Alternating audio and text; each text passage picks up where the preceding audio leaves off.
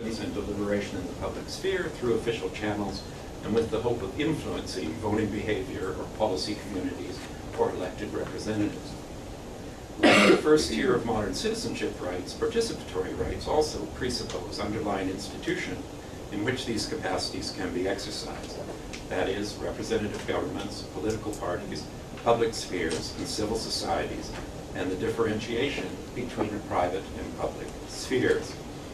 The imposition of these modern centralized institutions presuppose, in turn, historical processes that remove the multiplicity of other ways of exercising citizen responsibilities and public powers in other forms of government, and the socialization of citizens into this modern mode of representative participation.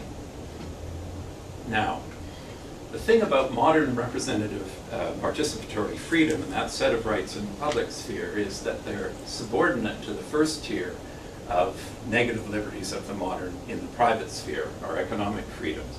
And they're subordinate, I think, in four really fundamental ways. The first way in which our rights of participation are subordinate to rights to participate in the private sphere and economic activity is that the rights of participation in modern representative institutions are said to come along historically after processes of modernization that set the underlying economic institutions of modern economic liberty in place. The processes of economic modernization are said to require more dictatorial and despotic forms of rule initially, such as colonization, slavery, indentured labor, military rule, structural adjustment, military intervention and reconstruction, and so on. Once the modern discipline of labor market competition is established, then people can begin to exercise their modern participatory rights. Yet under the tutelage of colonial powers, and then after decolonization, under the tutelage of modern advisors, NGOs, and the policies of democratization of the World Bank and the IMF. Secondly, I think the modern rights of participation are subordinate in the sense that they're optional. One's a citizen just in virtue of having the right to participate, whether or not one actually exercises it. There's no corresponding duty to exercise your rights to participate.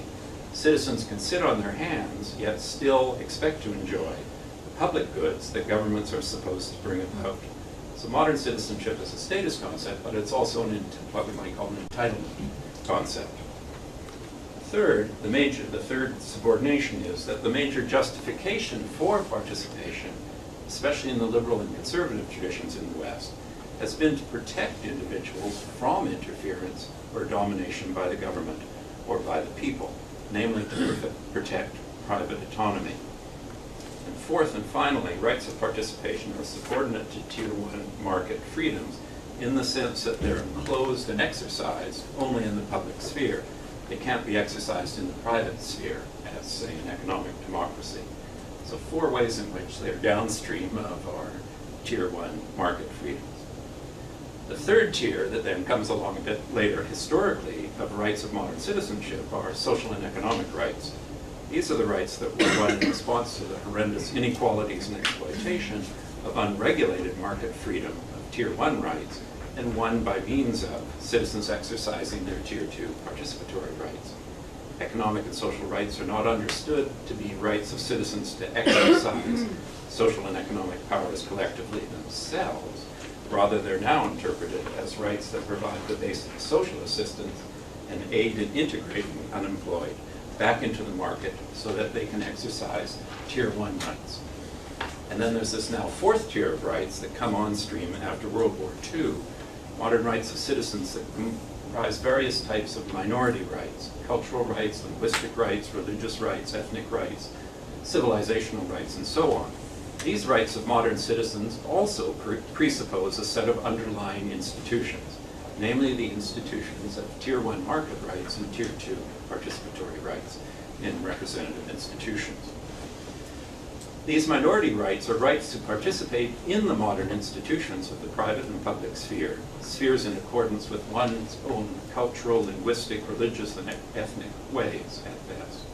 Indeed, the major justification for them is that they provide the cultural basis of the exercise of private and public autonomy of modern citizens. Okay, that's our module. So this, here's a little potted history. This modular form of modern citizenship with its underlying military, economic, legal, and political institutions was codified in the 19th century in what was called the standard of civilization in the making of modern international law. The modern state form was recognized as the highest form of state organization. It alone was recognized as sovereign under international law. Although only European states approximated this norm of human organization, it was said to be the ideal form for all peoples in all societies. All other societies and their institutions were ranked as being at lower stages of historical development by the emerging social sciences in the early 19th century. It was said to be the duty of the civilized nations to move the lower societies up through these stages of development by imposing the underlying institutions of modernization by means of colonization and various forms of indirect rule. The European great powers gave themselves a fifth modern right of citizenship to carry on this civilizing project. This is the jus commercium, or the commercial or cosmopolitan right of the European Enlightenment. It is the right, this fifth right, it's the right to exercise the tier 1 right of market freedoms in other countries than one's own of the world, and to be protected in so doing. European traders were said to have the right to enter into non-European societies and to enter into commercial relations with them. Non-European people were said to have a duty, hospitality it was called, to open their doors to the civilizing influence of trade and commerce. Moreover, Europeans were said to have a duty of civilization not only to exploit the resources and labor of the non-European world, but also gradually to guide them up through the stages of development to the European civilized stage by various means of colonial governmentality. Modern societies would govern the colonial peoples so they could eventually exercise modern powers of self-government in the basic institutions of modern citizenship, for which colonization had laid the foundation. This mission was carried out under the auspices of the Monroe Doctrine, of the mandate system of the League of Nations, and then the trustee system of the United Nations. When the colonies broke away from the colonial rule during decolonization, the great powers were able to retain a certain amount of informal imperial control over the new states during the very violent Cold War, forcing them to keep their resources, labor, and market open to free trade and modernization. Although the former colonies now had a right to self-determination, the great powers, the Bretton Woods institutions, and the U.S. military claimed the responsibility to ensure that these self-determining powers of the former colonies were exercised in the institutional form of Tier 1 market freedoms and Tier 2 electoral institutions. These institutions and processes are now posited as the universal form of the right of self-determination for all peoples as they ascend to modernity. When the great powers say today that they're intervening in Iraq and Afghanistan to bring them freedom and democracy, what they mean is they're continuing this project that I've just summarized. This is now justified by an emerging right to modern democracy and markets in international law, in much the same way as the mission to civilize was used in the earlier period. One final feature of this modern citizenship. The final feature really is the factor that serves both to explain and to justify processes of modernization. This is really important. This is the famous premise advanced by the theorists of modern citizenship, such as Hobbes, Kant, Darwin, Marx, Mill, Freud, and their many followers today. In opposition to an older view that humans are naturally sociable and cooperative, they have posited the opposite view.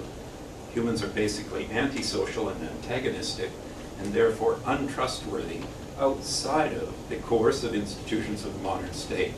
And outside the state, we see what we see is a war of all against all, a terra nullius, a struggle for existence, or the Wild West, as often called.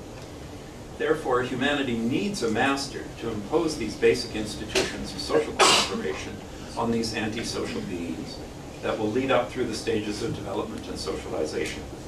The imposed rule of Western property law is said to internalize obedience and civility, commercial relations, discipline, polish, and refine, representative institutions, democratize, and so on. It's the language of enlightenment here. The coercive imposition of these constraining institutions doesn't destroy basic asocial and competitive drives. Rather, it socializes asociality into various competitive spheres of modern society, in which humans then compete and so develop the latent capacities for progress of the human species. It's the famous Weber thesis about the rationalization of modernity. In Immanuel Kant's famous formulation, the coercive socialization of human asociability by these institutional means is the underlying motor of global modernization. As humans are gradually socialized into the imposed institutions of the 4 tiers of modern citizenship, they gradually learn to exercise their corresponding legal, economic, political, and cultural capacities within them, gradually reforming these institutions from within in a progressive direction.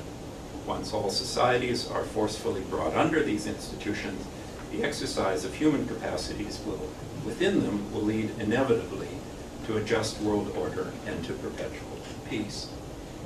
Thus, might makes right in this familiar Kantian sense, that only violence can lay down the necessary preconditions of an eventual rightful order. Competitive wars and struggles of the historical process of the imposition and defense of the institutions of modern citizenship are seen as both the manifestation of this conflictual disposition, competition between the great powers, but also the means of imposing a legal structure of ordered cooperation over it. 2 mantras, and keep these 2 mantras in mind, 2 mantras of modernization theory and practice follow from this premise. 1, democracy cannot be brought about by democratic means, and secondly, peace cannot be brought about by peaceful means.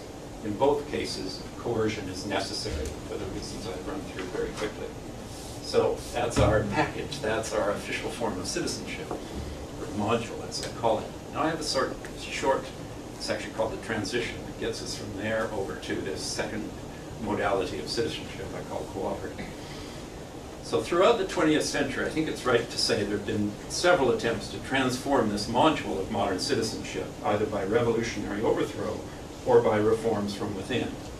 Many of the reforms from within have been very important, such as the extension of the franchise, the successes of the feminist movement, the struggles for Tier 3 social and economic rights prior to the ascendancy of neoliberalism, the struggle for Tier 4 rights, minority rights, struggles to make the public sphere and representation more inclusive, more proportional, more pluralistic, and subject to the democratic deliberation, or at least the consultation, by the demos.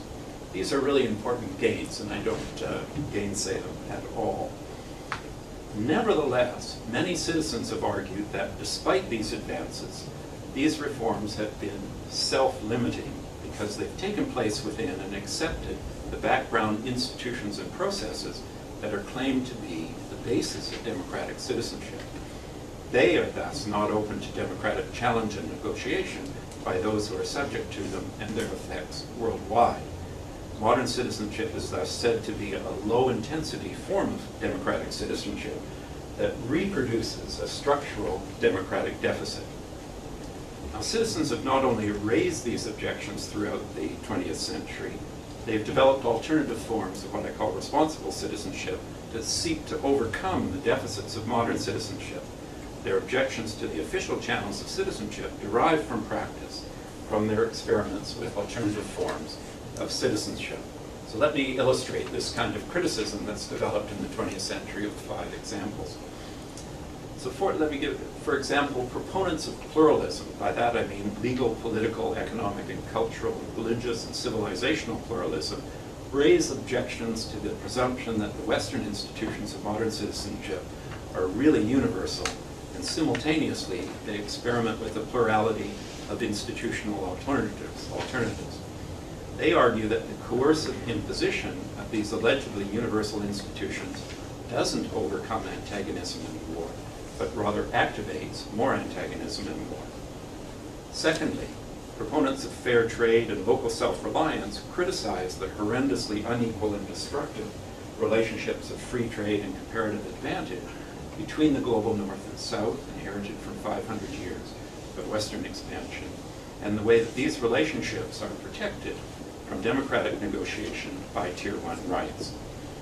They see the relentless spread of market institutions and modern citizenship as 500 years of tyranny against local self-reliance.